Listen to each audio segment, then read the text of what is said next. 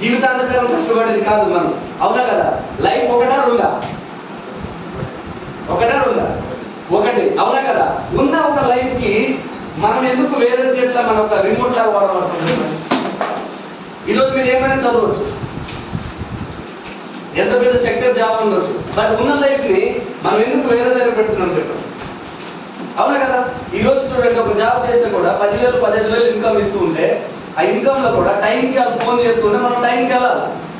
ఒకవేళ టైంకి వెళ్ళలేదని అనుకో శాలరీ కట్ చేస్తాడు, లేదంటే డ్యూటీ నుంచి అయినా తీసేస్తాడు, అవునా కదా? అది ఇచ్చిన చిన్న అమౌంట్ గురించి ఆయన ఎట్లా వాడితే అట్లా ఆడుకున్నాం, మన లైఫ్ అని దాని చేతిలో పెట్టేస్తాం.